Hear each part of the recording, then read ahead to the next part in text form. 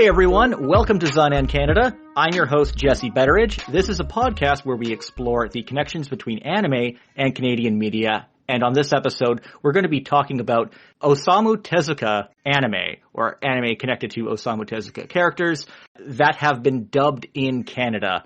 And I have to say, there's quite an interesting little story, or connecting stories between a lot of them. So I thought it would be interesting to actually just cover all of these in one episode. And there's only one person I would want to join me on an episode like this, or I feel would be best qualified to join me, and thankfully he's here with me today. It is Mike Toole.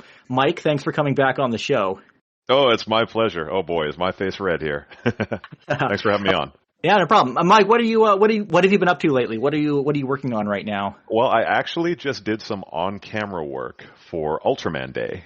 This is something that Shout Factory is doing for July 10th. I don't know if this podcast will be posted in time, but it's a little online celebration of all things Ultraman, including a marathon of several episodes of the series throughout the day for folks in North America, ending with the premiere of the 2010 Ultraman Zero movie for streaming. And I do a little voiceover, I do a little on-camera work, some fun surprises.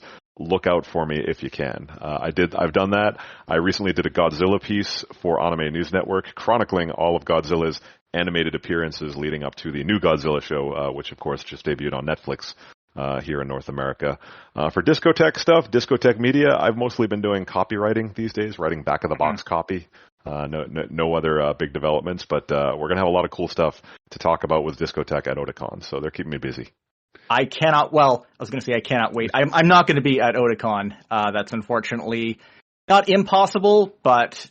Well, it's still very murky about cross-border travel between the U.S. and Canada. I do have one friend who is waiting to join his spouse up in Canada. He's been stuck south of the border for the last year. Hopefully, at least that clears up. Yeah, we all know a few people in that situation. I was planning on going to Otakon this year, but I guess technically it could happen. Maybe it could happen, but it's going to be a scaled down event. It's going, it's going to be weird. It's not going to be business as usual. I'm eager to go to it because, let's face it, this is the new normal, and we need to start figuring out what large fan events are going to look like, with extra measures in place dealing with the pandemic. So I'm eager to show up, but I'm expecting it to be different. Yeah, and with the great expense of traveling to Washington D.C. from Vancouver, I don't think I want to go to something that is where we're still trying to figure things out. Right. The money would be better spent in an event that's a little more predictable, or where things are a little less up in the air. So that's where we're at right now, and it's unfortunate the next Discotech panel will not be online, but you guys have been pretty good at delivering that stuff consistently over the last year and a bit. So yeah, and at this point too, knock on wood, typically we can't do online stuff in Washington D.C. There are contract issues. Maybe that changes this year. If there's any way for us to do it online as well as in person, we'll do it. But we'll see. I know you guys try your best, to say the least. So Osamu Tezuka anime dubbed in Canada. So Osamu Tezuka, obviously the godfather of manga, often said to be a pioneer of the style. I think it would, in my opinion, it would be maybe more accurate to say that he was a pioneer of the production methods we know now behind anime and manga, which is, anime, it is a production method more than a style. So much of the industry as we know it in both Japan and, the United States mainly, can be traced back to his the early work tied to his properties like Astro Boy, Kimba the White Lion, which in the United States, they were acquired by it was NBC Enterprises who licensed those titles. But they did not air on NBC. They aired in syndication. That's correct, right? Yeah. Yeah. Back in the 60s, NBC had a business unit that wasn't for NBC themselves. It was to develop programs to sell to higher band UHF channels as syndicated packages. So as far as Canadian broadcasting goes, or what Canadian audiences we're seeing, these shows did not show up in syndication markets in Canada or on Canadian networks specifically. It is possible that maybe in some markets in Canada you could have picked up the syndicated broadcasts from a local broadcaster in the States. through an antenna if you were in just the right area. To be honest, I don't know if any markets, any cross-border markets even had those shows at all. Right. So, I mean, for the most part, Astro Boy and Kimba were kind of a non-starter in the Canadian market at that time. However, Kimba did have a presence in French Canada, and it's quite a significant one, and one that's kind of been a little forgotten. And I originally wanted to highlight this as its own retrospective, but unfortunately, this dub is certified lost media now, so it's a little difficult. Yeah. And it is a Quebecois dub produced in Montreal or thereabouts? So it is the second anime ever dubbed in the French language by Sonolab Studios in Montreal. The first one, of course, was Sally the Witch, or Minifay, which I talked about in a previous episode. And and Minifay was the first anime ever dubbed in the French language. Minifay did not air outside of Canada, and to this day actually never has aired outside of Canada. However, Le Roi Leo, and it is... And the Japanese title, Jungle Emperor, it is not Jungle Emperor Leo. It is Jungle Emperor Leo, as I have now learned after watching the 2009 television movie. That took me by surprise. Real Eureka 7 situation there. Yeah, that's sticking really close to the pronunciation guide is what that is. Yeah. Yeah. Le Roi Leo was produced by Sonolab Studios. So it is actually not an adaptation of the 1965 Jungle Emperor, the Eiichi Yamamoto series. They actually skipped that one, the 52 episode. This was a dub of the 26 episode sequel focusing on Leo, or Kimba, as an adult, called New Jungle Emperor, Go Ahead Leo. Leo, yeah. Mm-hmm. So that began airing on Radio Canada on September 11th, 1971. And this is very notable because it was actually, as I alluded to before, it was the first anime ever to air in France. However, it did not start the anime phenomenon. That wouldn't happen until about 6 or 7 years later with Goldorak and Candy Candy.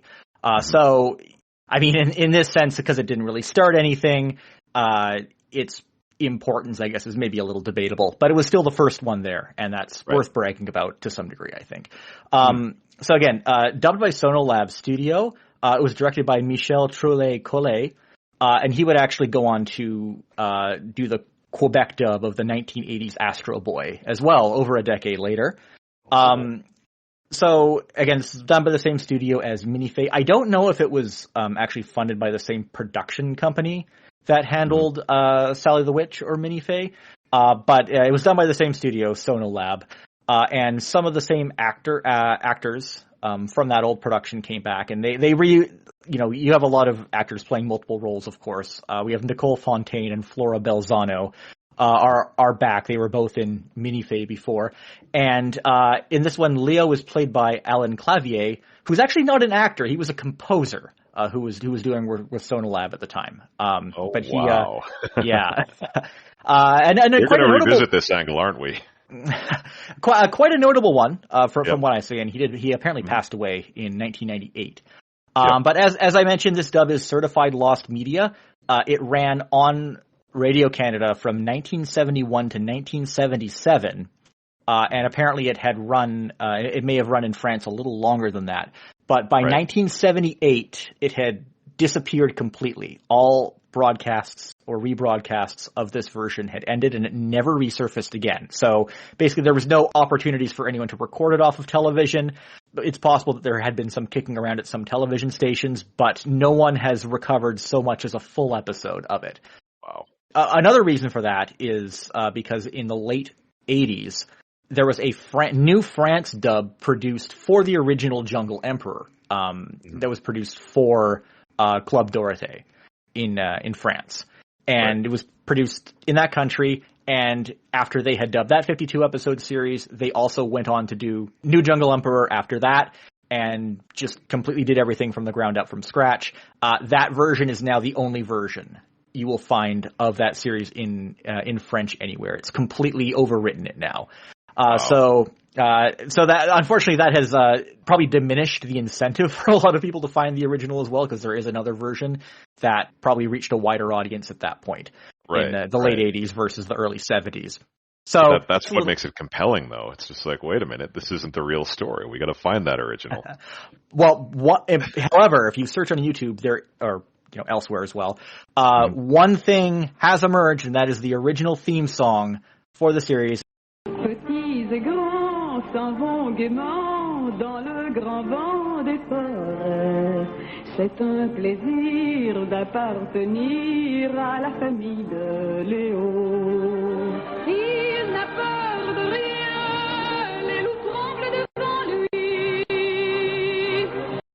In fact, there's a couple videos I found that have the opening credits sequence intact, which I found a little surprising. What I found surprising about that is that it uses footage from Jungle Emperor rather than the sequel series. So I don't know what's up with that.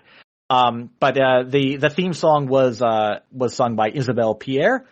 She was a notable singer during the late 60s and throughout the 70s. She worked on a number of projects at Radio Canada, and if you know anything about the ecosystem of talent in Quebec, she branched out into a whole bunch of her own independent work and albums, and she had previously done comics for a women's magazine before that as well. Cool. And still alive today, at least at the time of this recording.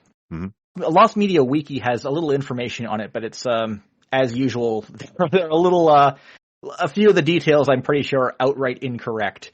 On that. Yeah, I mean, I appreciate that there is a Lost Media Wiki. I think it's cool that they're trying to dig up and classify information of that. But there have been at least a couple of occasions where I've seen a Lost Media Wiki entry for something that was like, wait a minute, I have this.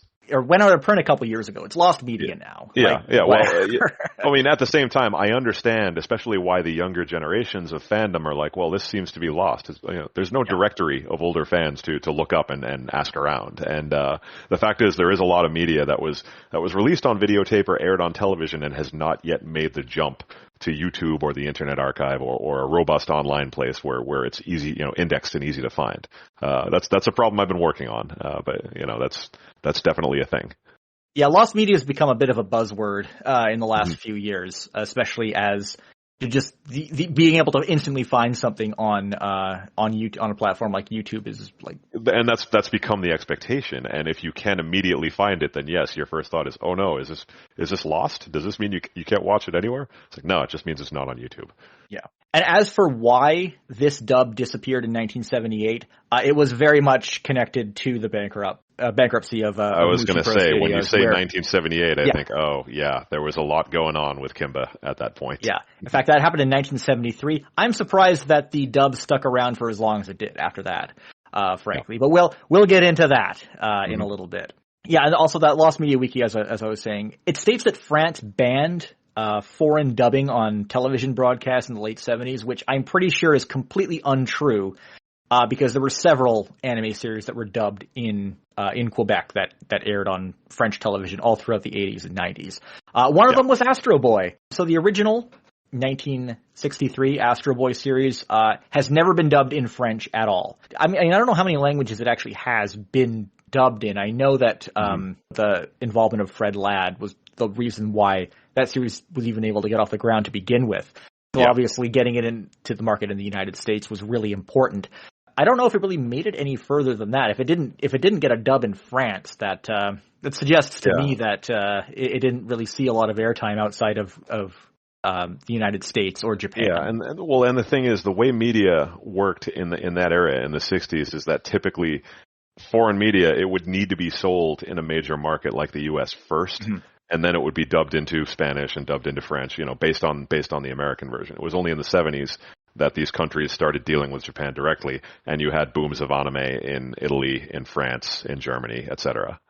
It really was the boom in Italy that all the other countries kind of followed. I know that in the case of things like Goldorak, it started in Italy and then would just kind of trickle down to the other markets as well. But obviously very significant for France. I mean, France followed the coattails of Quebec, then they followed the coattails of Italy, essentially. But with the 1980 version of Astro Boy, the Nobuo Ishiguro directed one, which you can now watch on, well, you can watch the English dub that was produced by Tezuka Productions on Retro Crush, which I know that they're trying to get the subtitled version, but they haven't I thought they had managed to do that, but they haven't yet. I think it sounds like there's some weird rights issues with it or something. There's a big ball of yarn with a few different Tezuka properties regarding dubbed version versus subtitled versions that they're kind of working their way through. But I know they tend to be, or Tezuka's estate or the studio at least tends to be very protective of certain things. So that probably creates a lot of issues with this series in particular. I know that Tezuka was really disappointed. Well, as we pointed out, the original Astro Boy aired in syndication, not on NBC, as was expected. Tezuka was really hoping that this would reach a wider audience than it did. And I think when his studio was producing the 1980s Astro Boy, they really wanted to try and broaden its reach as much as possible, which I guess they succeeded in to a degree because it was dubbed in more languages. It didn't really reach much of a wider audience in the United States because I believe it was still syndicated. It was still a syndication thing, and it didn't even air in many markets here. Yeah. Like they had their most success with this series in English, outside of the dub we're going to talk about, like the Tezuka Productions dub. They played the crap out of that in Australia. It's very well liked down there, but here didn't air in many markets at all. Certainly not in Boston. I never saw it as a kid. Yeah. So the French version of Astro Le Petit Robot was produced by Via Le Monde Incorporated, which is, as far as I can tell, just a pretty standard media holding company in Quebec. And the dub was produced by Cinelume. So we've talked about Cinelume before. They've done a number of dubs in both French and English. And in this case, in the case of Astro Boy, they did French and English for it. They did Anne of Green Gables. They did Bush Baby, which we talked about on a previous episode. Flora Belzano, who had been in Minifay and Leo, played Astro in this version. So this dub is kind of notorious because it is quite excessively edited, especially compared to other things that were being dubbed in Quebec and France at that time. Right. So Tezuka Productions had already made a few edits to Astro Boy in their English dub. Yeah, I know that the first two it doesn't match up to the original Japanese version. Yeah. Yeah, they cut out Atlas's entire origin story in the beginning, which kind of messes things up. And I think they did they removed some other content in later episodes with murders and things like that. So that was the base version that they got for producing this French dub. But on top of that, Via Le Monde and Cinelume, they chopped a good 5 minutes out of each episode. And the story and pacing was it really to make room suffers. for commercials? So the edits bring each episode down to about 20 minutes. So it might be that they want. Well, it was on Radio Canada, so there wouldn't have been any advertising. It might be. I know that with a lot of French dubs, they would try to fit them into smaller time slots, so it wouldn't be so much a half-hour time slot, but you'd stack a few different shows within an hour. And I think that might have been the case with the Quebec dub of Astro Boy. But there's one, maybe the thing that this version is most known for is a segment that they would add onto the end of every episode where Astro would go and visit this computer. In the English, this would carry over to their English dub later. And in the English dub, the computer was named Geronimo. I don't know what it was named in the French version. But he would basically give a report summarizing the events of the previous episode, and he'd always make one mistake, and then they would encourage the viewers to figure out what the mistake was and share with their friends, which I have to say is one of the more frustrating things I've seen added to an English dub. It seems so asinine and unneeded. It's creating content for the sake of creating content. That's funny. Exactly, and to pad out the episodes as well. Right. I know people talk about this a lot in terms of the English dub that was made later because it seems to not have any purpose. However, in the original French version, it did have a purpose because the reason those segments were put in was because Radio Canada was hosting a contest for people to actually, or for kids to actually send in letters saying what the error that Astro made in each episode was. And the winner would actually win a trip to Japan to meet Osamu Tezuka, which is, I think is really cool that they would. Oh boy, let's get the time machine. Yeah. Just that they'd acknowledge the origins of the show to that extent. Yeah, that's true. Yeah, that's interesting. And I actually have a segment that aired after an episode of Astro Boy where they're talking about the contest. I've been trying to find someone who can subtitle it so I can put it in one of my panels in the future, but I haven't been able to do that yet. It's also really long and would be kind of boring to sit through in the context of a panel. Hopefully I'll do something with it someday.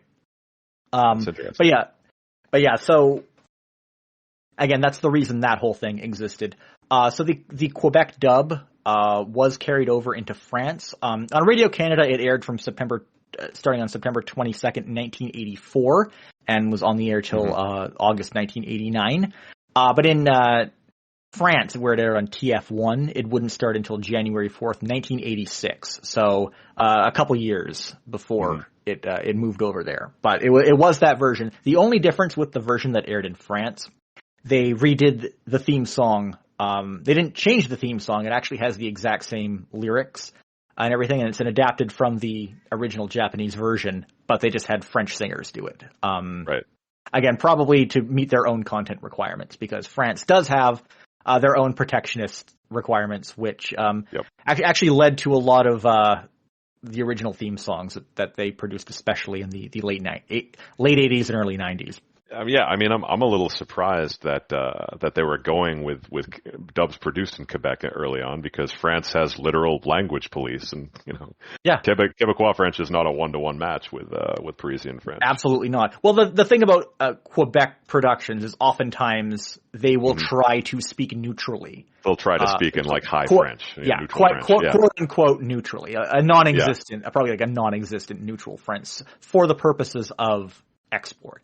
And as we talked about in the show, in Minifay they did that. We were talking with Chris and Aaron. They pointed out that they sound like they're speaking Metropolitan French. Also relevant to note that a lot of the people who work in dubbing in Quebec are from France as well. Oh, I see. So makes sense. I know that was the case at Sonolab, and likely the case at Cinelume. I'm not as sure specifically in that case.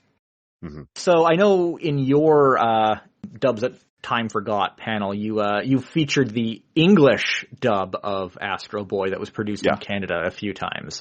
Mm-hmm. So that is actually adapted from this French dub, and it was, as I mentioned, produced by the same studio, Cinelume. Yeah. So there's only about 5 episodes out, and they're all on YouTube. You can check it out there. Curious to know what is your impression of this dub from what you've seen of it?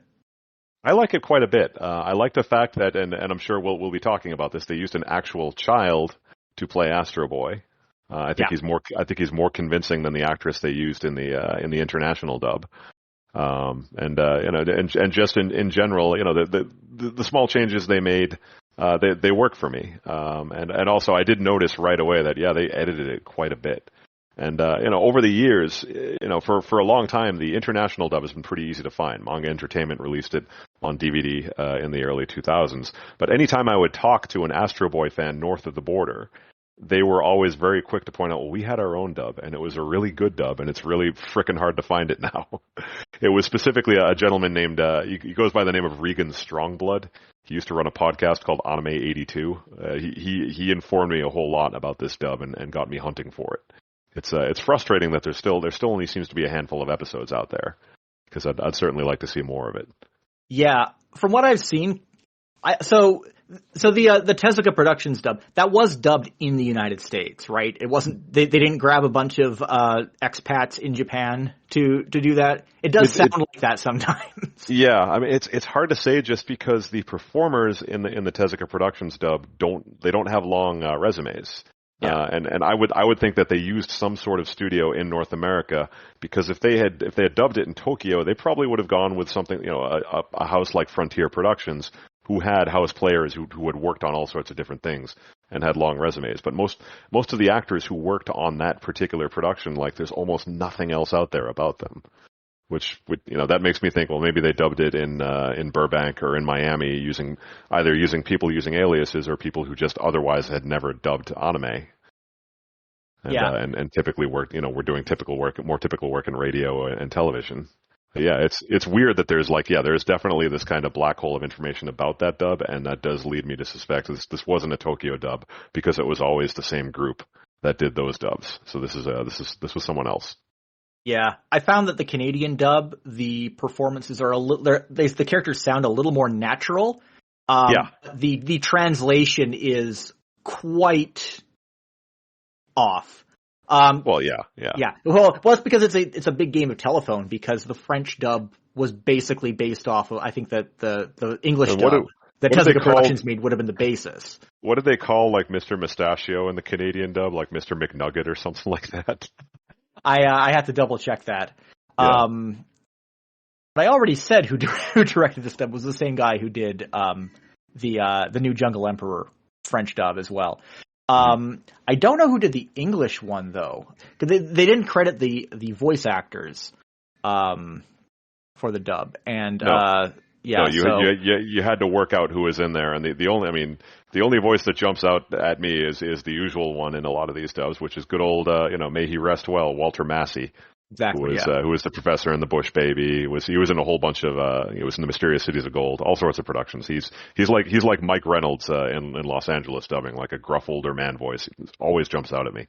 Yeah, and the child actor you mentioned who played Astro, Stephen Bednarski.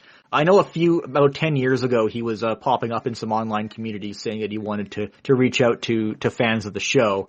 He had a little bit of a career doing voice acting as a child. And I know that he, apparently he did not get credited in this role, but also didn't receive any royalties for it as well, which, they changed those laws, thankfully. Oh yeah, I was going to say, dubbed anime can be kind of a thankless thing, but if it's going to TV first, those actors should be getting royalties. Exactly. Yeah. He also went on to play Chad in Sailor Moon. Yeah, I've learned that recently too. I never knew that. That's wild. He's like the surfer dude at the shrine, right? Who works with Sailor Mars. Yeah. Well, he's the original he was just like a drifter. I think they made him they kept saying he was in a band in the English dub. I don't know. Right. Or something was weird. He has since become a scholar, I believe, and now he's like Professor Dr. Stephen Bednarski. Yeah. I have tried to get a hold of him on this show, and I will continue to try to do so, but I haven't had any luck. Unfortunately, I'm sure his story would be an interesting one. Yeah, I'd love to hear from him. That'd be a lot of fun. The Astro Boy Canadian English dub aired on global affiliates across the country, starting on September 22nd, 1984. It stayed on the air till about 1989. I had never seen any of it myself. Yeah, one of the episodes that I have taped is from 1988, and I know this because there is a bumper from like a Canadian Hockey League game that shows up right before the opening. Yeah. So I've just seen what's on YouTube, and looking at the ads, they're just like, this is just a little before stuff that I can remember watching on TV. If I did ever see it, I don't remember it at all. I guess the other puzzling question about this dub is why it even exists. Obviously, it was in Cinelume's interest to produce this dub so they could make money and royalties and stuff off of it for themselves, not for the actors. I'm kind of surprised that Tezuka Productions authorized it. And my best guess as to why is because, again, they wanted it to reach as broad an audience as possible. And maybe from their perspective, the idea of a Canadian exclusive English dub being produced to satisfy Canadian content laws and just to get it out to to increase the likelihood of it getting on TV and increase the number of stations who might run it or the frequency that they might run it. That may have just appealed to them as a way of having the show reach a broader audience. Well, you also shouldn't dismiss the notion that they didn't know or care about the what Cinelume was doing with the production after they sold the rights to Canada. It's entirely possible that Cinelume had the rights to Canada, so obviously it would be in their interest to create an English version. From Tezuka Productions' perspective, at that point it may have well been, we sold it to Canada, so that market's covered. What they want to do in that market, it doesn't matter. We got paid.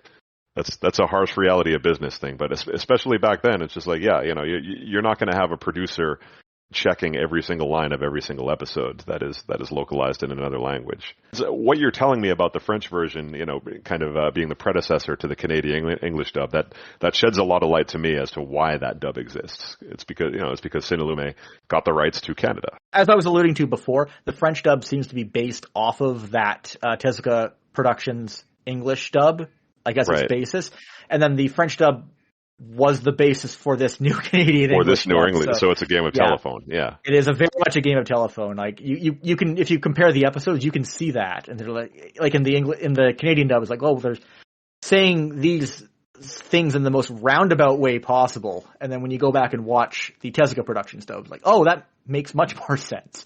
But then again, you get those kind of weird performances in the in the other dub. So definitely a trade-off there. So next, we got to talk about this dub that was produced by Zaza Productions in 1993 of Kimba the White Lion.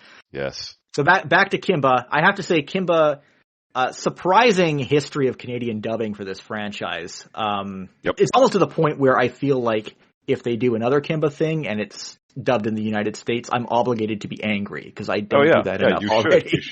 You should take offense. Be protective. This particular dub, which I think you could very well call a bootleg by some definitions. 100%. Yeah, it was made by Landmark Entertainment Group.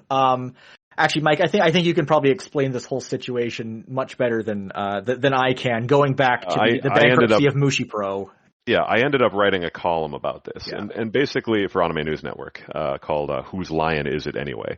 Basically, what happened with Kimba the White Lion in the 70s was, it had been sold to NBC Film Productions, who were selling it in syndication, but there were legal changes in the 70s that stated that national television networks could no longer run parallel film studios to sell to syndicator markets. It was an antitrust thing. So NBC were obliged to, get rid of their NBC Films division and sell that content to another distributor. I think they were just called National Television. And they kept Kimba in syndication for a few more years. But by 1978, their rights package expired. And they contacted Mushi Production and said, okay, our rights for this are over and we have all these films. So who do we send them to? And what complicated things was there was a bankruptcy by Mushi Production in the 70s as well. They went out of business, I think, in 1973 and had to reorganize. During that, Tezuka left and founded Tezuka Productions himself. But there were two complicating factors. One of them is that Mushi Production, the main studio, did reorganize and continue. But before they were really able to pick things up and get going again, there was a separate entity called Mushi Production that were basically just an instrument to handle bankruptcy liquidations. Yeah. And this was the entity that was contacted by National TV Productions. And so what happened was, National contacted this, this shadowy leftover Mushi production, that was run by a guy named Fumio Suzuki. Now, Suzuki had brokered the original deal to get Kimba to North America. But at this point, he was just like, well, there's not really a Mushi production anymore, and they're offering me this famous international show for free. So, of course, the answer is yes. And he busily just kind of went about trying to make deals to get this show sold in overseas markets, even though it wasn't really, even though Kimba the White Lion and Astro Boy were not really his. He had some film copies. He had some original assets from the old Mushi production. And for years and years, it was not clear who owned what. And basically, once people started filing lawsuits, Suzuki's strategy was, well, I'm going to get a Laserdisc copy of Kimba the White Lion, the original Jungle Emperor Leo, and that's going to be the broadcast master for a brand new international dub that's going to be created using all new music because I don't have the original music and effects, and that will be the version that I own and can legally sell internationally. And eventually that got knocked over in court, but for several years he had this own version of Kimba that he had done, and it was dubbed in Toronto, baby. So Zaza Productions, who I don't think they've done anything else. Well, Zaza Productions have not done many other things. Paul Zaza, the namesake, is quite famous. You talked about how, the person who had dubbed the earlier stuff for French language, Alain Clavier, was by trade a composer. So is Paul Zaza. He actually won a Genie Award, which was kind of a Canadian version, version of the Canadian Emmys. While that was a thing, the Genies don't exist anymore. And he composed the score for Iron Eagle 4. I bet you didn't know there was a fourth Iron Eagle movie, but there was. There was a popular television program on Nickelodeon in the 80s called Mr. Wizard's World. He did the theme song for that. And Paul Zaza was something of a figure. Zaza Productions, I don't think, ever did any other dubbing besides this particular version of Kimba. So yeah, and it was only released on VHS. How many episodes was it again? They only did a limited? They didn't do the whole thing. It was only. I think they only did like 25 or 26 episodes. 25, yeah. This was released on DVD, and in fact, you can still find it on DVD on Amazon. And also, none of these releases were legal. They were ordered to destroy them, and they just kind of didn't. But since the original production was up in Canada, no one really pursued it. But yeah, you can still find a disc that is like Bazooka Joe bubblegum branded on Amazon for $5 if you want to check this dub out. I did some kind of mail away offer. Like there was a domain name called kimbadvd.com where if you signed up for a marketing mailing list, they would just send you a DVD with some episodes of this production, and that's how I first discovered it in like 2003 or 2004. Yeah. I think there have been some reports that it's shown up on TV networks. I'm pretty sure that's not true. This doesn't seem like something that could get on television.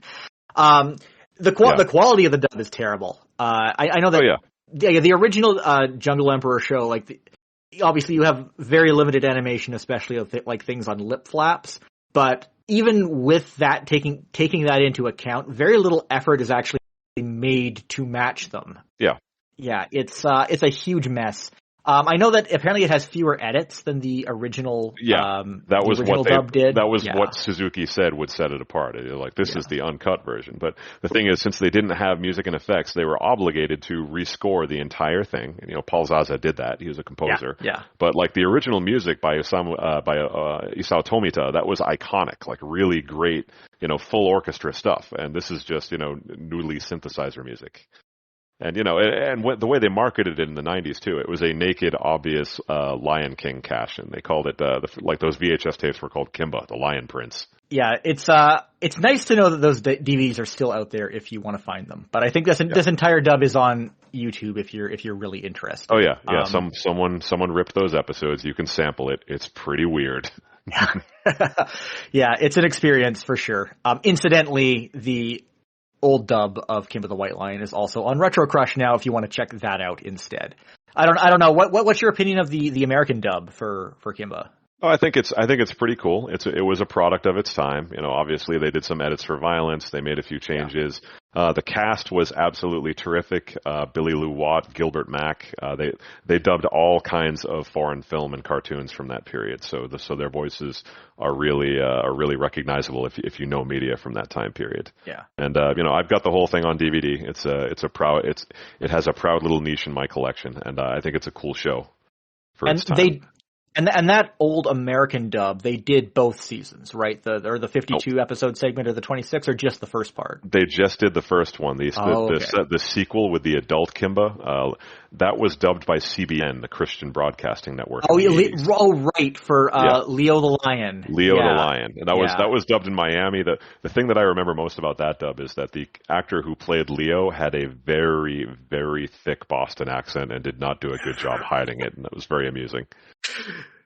Yeah, I haven't seen that version at all. I've heard people complaining about it a lot, though. It's not great. It's not great, but they did it. It's out there.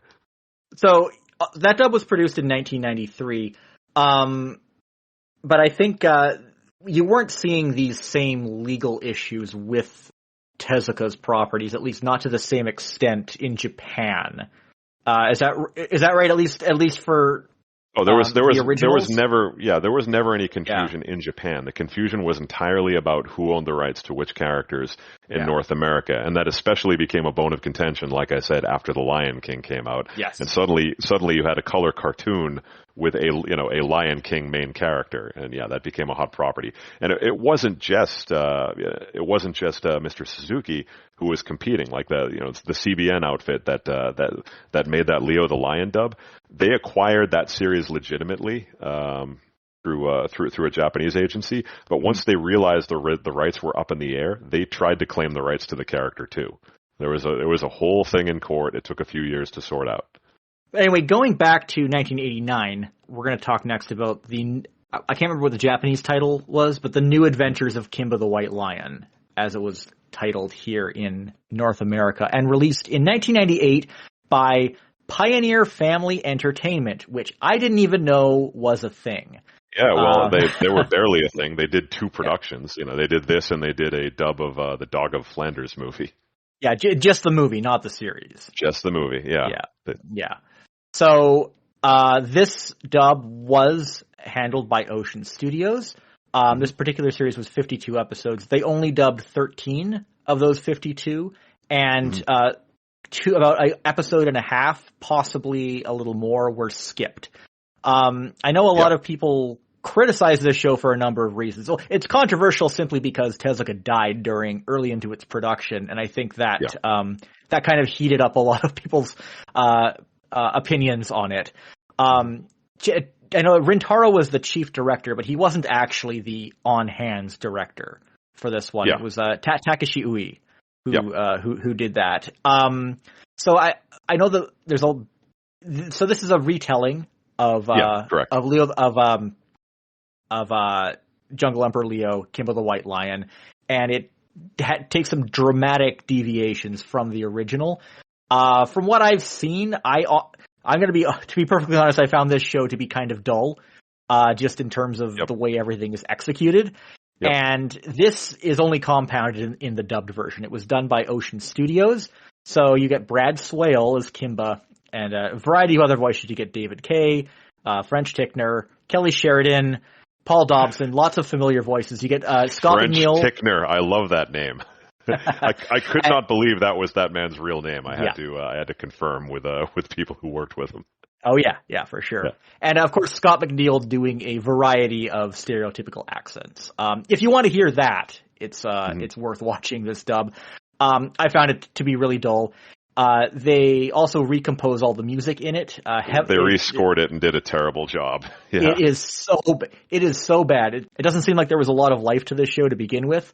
That synthesized score just absolutely kills it. Like I watched 3 episodes and I couldn't take any more. It was you had that. You had the overwrought Don Brown narration. It's like, now the king of the jungle. With the new theme song that was like, Kimba! And then the song winds down with, Kimba! Yeah. Like whispered. And it's very overwrought. And I agree that like they were trying to do their best to propel this thing forward, but it just wasn't a very interesting show. And Tezuka Productions had a few things in the can like that around the time of his passing. Like there was also a big anniversary Ambassador Magma OVA series that was also just kind of, good idea, guys, but it was pretty dull. Yeah. So that was again released by Pioneer Family Entertainment, and that didn't make the jump to DVD. That was VHS only. That was VHS only. My memory may be misfiring here, but I seem to remember like the first tape had 3 episodes and was in one of those big fat white clamshells that signaled this is a video for kids. Yeah. And then the other tapes were in smaller VHS cases. But there were 2 episodes per tape. And the weird thing is, it was edited pretty heavily, rescored, and it seems like they were trying to package it for TV, but they just never got a deal. Oh, for sure. Yeah, they were definitely packaged for TV. But for a number of reasons, it didn't make the cut. And apparently the original version was quite a bit more violent, and it was criticized for that as well. Well, the episodes they cut out were the episodes where Kimba's father dies, and he goes down hard in this version. He gets all shot up and bloodied and does the big tear jerking dramatic speech. And they had to 86 that for the English version. Yeah. But I think most of those episodes are on YouTube now if you want to check those out. But it's Brad Swale. Yeah. Brad Swale as Teen Kimba. Yeah. And they just jump right into the adolescent voice for him too. It's all from episode 1 to episode 2. It's kind of jarring, actually. It's weird, right? Yeah. And that's not a version of Kimba that had been, typically in like the older cartoons, he had a very young sounding voice until he was an adult, and then he sounded that way. But Yeah. Odd stuff. So that's it for the 90s. And from here we jump forward all the way to 2017 with a couple of more recent dubs that have just come out to continue this fine narrative of Osamu Tezuka Productions, dubbed in Canada. And these were dubbed at Digital Sound Magic Recording Studios in Burnaby, BC. Which has actually been around for quite a long time, for 23 years, but it's only in the last few years that they've been doing international, or they've been really doing a lot of international content. They've been doing a lot of video games, a lot of Korean dramas. There's one game, Alt Deus Beyond Chronos, they seem to be pushing on social media a lot. I think it's a mobile game or something. I'm not familiar with it. As part of their increase in international content, fine people at the Japan Foundation, who are behind the Cool Japan initiative, reached out to them to produce some very unexpected dubs just in the past couple of years. And one of them was for the 2004 Blackjack TV series, which I don't think it had. Did that have any release here before that? No. Oh, actually, No. It did. The startup kind of crowdfund site, Anime Souls. Yeah. It was an Anime Souls thing. That's right. It was an Anime Souls thing. They got two quote unquote seasons of it out. They got the first 26 episodes of it released on print on demand DVD with subtitles. I backed it, and I've got those in my collection. But yeah, it didn't get very far. It was one of the first shows where they tried to keep it going, but they couldn't finish it. Yeah. So we have gotten the OVAs for Blackjack in the past, but this TV series had a harder time getting out here. But in 2017, in what was kind of a weird decision to go back to it, but I guess the Japan Foundation sees value in bringing out accessible Osamu Tezuka stuff.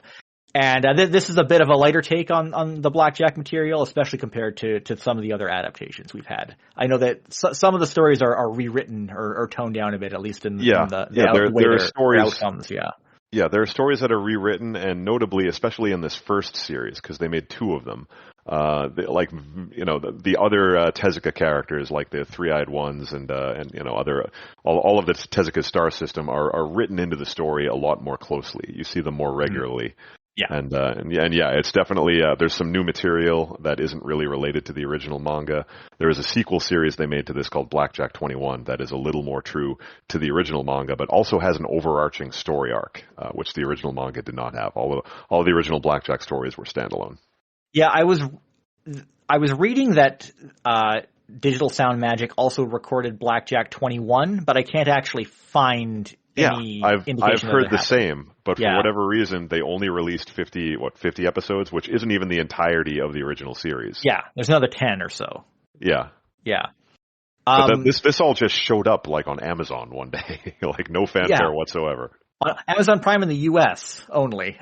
We didn't get that at first. That was a twist of the knife. That puts the exclamation point at the end of Zanen Canada when the dub produced in Canada isn't even available to Canadians. It's a story we know all too well, but thankfully it is on Tubi now. You can watch it there, the whole 52 episodes. So this was directed by Richard Dolmat, who is the CEO of Digital Sound Magic. And he actually has been for almost the entirety of that company. This dub is very rushed sounding. Oh yeah. I don't think there's a lot of lines that were definitely done in one take. Sometimes it feels like maybe they had like 15 minutes to record a 20-minute episode. They definitely had to bang this out, and it shows, unfortunately. And it seems like the translations they got were simplified, and they didn't even realize when they were recording, I have like a 5-word sentence and I have 3 lip flaps, and we're going to have one left over at the end. If you just want to, casually watch it and put it on in the background, it'll do the job for sure. And even though it was actually dubbed in Burnaby, BC, which is a suburb of Vancouver, so outside of the city core where most of the stuff is usually done. But there's a few voice actors you'll recognize from Ocean Productions, like Sunny Westbrook is in this. Who's best known for her work in My Little Pony.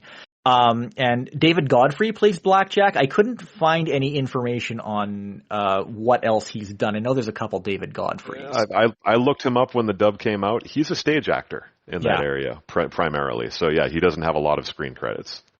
Yeah, well, I just called myself out for not seeing a lot of plays, I guess. The series is okay overall. I find the dub, unfortunately, it's kind of rush sounding. I actually had to double check to make sure that this wasn't the Hong Kong produced dub that they had done about a decade earlier, which that is actually not anywhere from what I've been. I've been looking for that for years. No, this one, I mean, I understand why the Japan Foundation went with this, and this was something I didn't realize until I started watching it in earnest. This was actually one of the first anime TV series to be done in high definition natively. So this is an upscale. This was done in full HD in 2004. So going after something this old makes sense in terms of, well, it'll look good on modern TVs. They won't have to do any upscaling or reformatting of the picture. But yeah, beyond that, the impression that I got was that it wasn't a particularly good dub. I like Westbrook because she's a really seasoned performer, and her version of Pinocchio, like Blackjack's little kid sidekick, is fun. And yeah, she's a bona fide little pony, right? She's like Cozy Sunshine or something like that. Yeah, and in Japan, this show was the replacement for Inuyasha, so it ran in it was a pretty high profile. Blackjack is a very popular character in Japan, even to this day. Digital Sound Magic also did one other dub a little more recently, and this title was just added to Retro Crush. Jungle Emperor Leo, or Leo, whatever you want.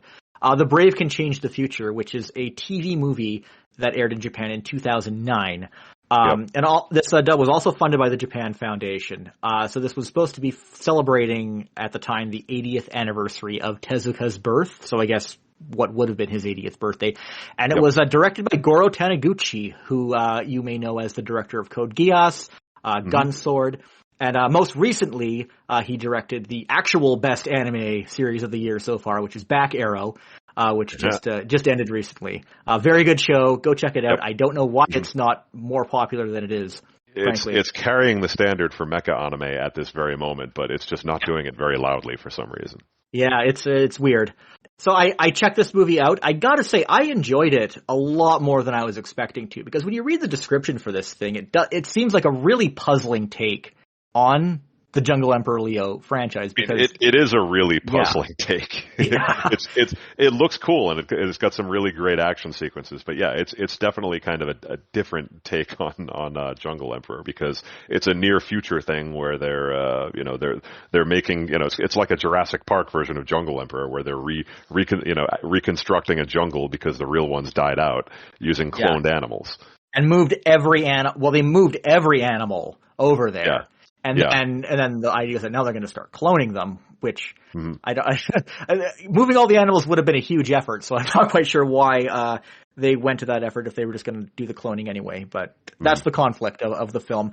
I thought it was pretty good, actually. I quite enjoyed it. The villain is, even in this era where we have a greater appreciation of people who are just straight evil without any justification, he is kind of laughably one-dimensional and just explicitly states the problems of his own objectives frequently, which I found was kind of amusing. And also, it's forward looking. This character is definitely a forerunner of like the ignorant, full of himself tech bro who's just like, wait a minute, I know the solution. It's to destroy everything and start over. Also, its take on like the relationship between animals and humans is quite a bit more pessimistic than the original. Yeah, it's a different in some ways. Yeah, because like Tezuka's idea for Jungle Emperor was always the notion of, okay, what if animals got together and tried to form a society? And this film is not really addressing that. It's definitely a little bit different. Yeah, but it's I liked it a lot. I recommend checking it out, and it is on Retro Crush now. It's a surprisingly heavy watch too. It's almost 2 hours. It is, yeah. For a TV movie, I going in, I thought it was going to be like 50 minutes or something, but no, it's feature length. So, but yeah. So this dub, even though it was done by the same studio, I thought it was night and day compared to Blackjack. Absolutely. You can tell that they had much more time and resources to put into this one. Quite a number of familiar actors. Sonny Westbrook is back in this. Some other familiar people like Jesse Inokala, who's been in some Ocean stuff recently. My good friend Josh Goring got to play some bit roles in this, which he was very excited about. So excellent. So that quite a range of talent. So a few actors I had never heard of who I thought did a really great job as well. The director Carolyn Davis, she's been on also the COO of the organization. So they're pretty hands on with their own stuff there. She's been on social media and was really excited about this production and was trying to bring a lot of attention to it. And I'm glad I checked it out in the end. It was pretty solid. Yeah, and as a point of clarification, both of these productions that Digital Sound Magic did, Blackjack and this Jungle Emperor Leo movie, they showed up first on Amazon Prime streaming video. Now they're not on that platform anymore. And like you said, Blackjack is on Tubi, and Jungle Emperor is on Retro Crush. I don't think either of them are anywhere else. Yeah, Amazon is really unreliable. They're very inconsistent. Unlike other platforms, they don't have the same stuff across different regions all the time, except sometimes they actually do and just wait to put them on in other areas for no apparent reason. Yeah. I know their entire anime sort of strategy collapsed a few years ago, and everything has been very chaotic since then. They seem to be making moves to having their own branded portal, which, that made sense, but then they just kind of abandoned it. But now they're starting to license anime again, so who knows? So that's all I got. Anything you want to add, Mike? I think it's really cool that we have productions that are coming up to the present day with these Digital Sound Magic ones. I'm just really rooting for, so if they dubbed Blackjack 21, where is it? I want it.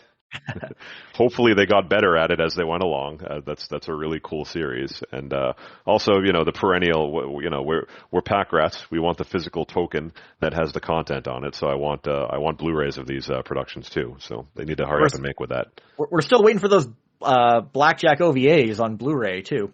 Oh, I know. But I know. They seem to be tied up.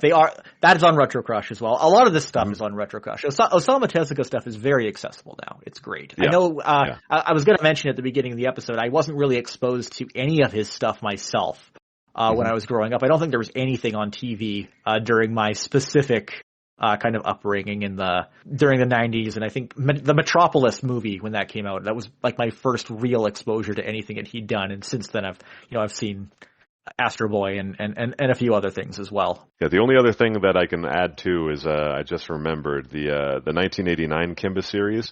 I'm pretty sure the subtitled version of that is on Anime Log, which is a YouTube channel, like a licensed YouTube channel for older stuff. So I think, I think you could check the original uncut version of that boring ass old show on that channel. All right. Well, I think that does it for today. Mike, can you let everyone know where folks can find you online? Well, like I said, if this hits the internet before July 10th, 2021, that's Ultraman Day. So look for me on Shout Factory TV on that day. Other than that, you can still see me periodically on Anime News Network. I do occasional feature articles now as the editor at large, and I'll continue to be working with Discotech Media as well. So keep an eye on me on Twitter at Michael Toole, and let's keep on going. Great, and thanks for tuning into Zonan Canada. You can reach me on Twitter at jbetteridge or email zonancanada@gmail.com. The theme song is by Ultraclystron and can be found on his album Packet Flood, and you can find that at ultraclystron.com. Please subscribe to the show on Apple Podcasts, Google Podcasts, Spotify, or whatever podcast app you use, and I'll see you again. D'appartenir à la famille de Léo. Il n'a peur de rien, les loups tremblent devant lui. Il tient des anciens l'expérience de la vie. Mais il sait quand il le faut parler d'amour, Léo.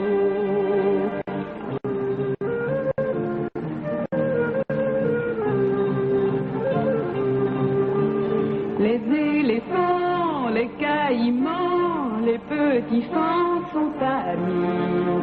Leur seul désir, se réunir sous la bannière de Léo. Il n'a peur de rien, les loups tremblent devant lui. Il tient des anciens l'expérience de la vie. d'amour.